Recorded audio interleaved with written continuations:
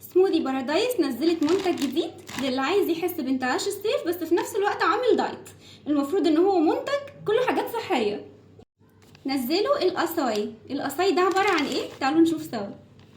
هو يا نهار ابيض، ده على بال ما وصل ساح. هو المفروض ماسك نفسه عن كده. المفروض ان هو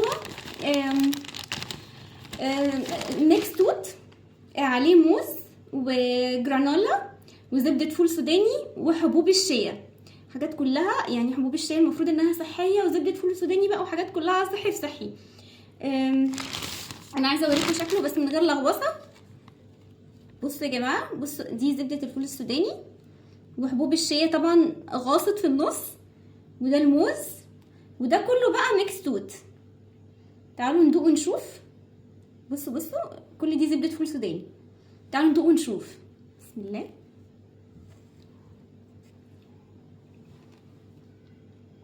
الجرانولا لسه مقرمشه، وحبوب الشيا برضو. حبوب الشيا دي لا، حبة البركة. حبة البركة هي اللي عاملة المرارة دي شوية. مش عارفة لازمتها ايه في القصة يعني، بس اكيد ايه فايدة.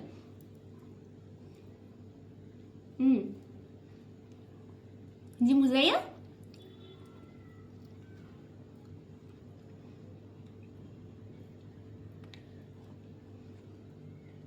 عايزه اقول لكم يا جماعه الميكس حلو قوي، واكيد لو كنت كلته هو لسه مش سايح كده ماسك نفسه، المفروض ان ده ايس كريم وكده، كان هيبقى احلى كتير. ميكس التوت بتاعه حلو قوي. سامعين؟ حلو قوي. بتحس فعلا انك بتاكل حاجه فريش ومنعشه وصحيه في نفس الوقت. يعني لو ده فعلا ينفع الدايت انا اجيبه كل يوم عادي.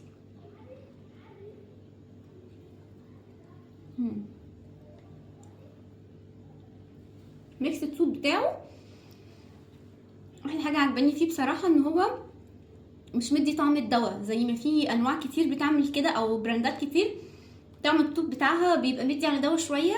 انا عن نفسي مبقاش حباه.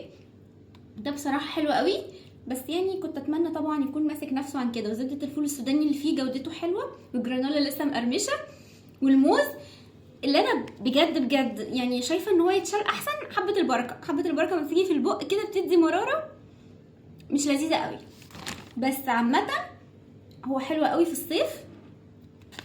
ده عامل كام بقى يا جماعه؟ وده كبير يعني، كبير يعني لو انت جعان يشبعك عادي. بس هو طبعا بصوا لو وسط السنين عايز تاكله هناك وانت واقف. ده عامل كام؟ عامل 75 جنيه.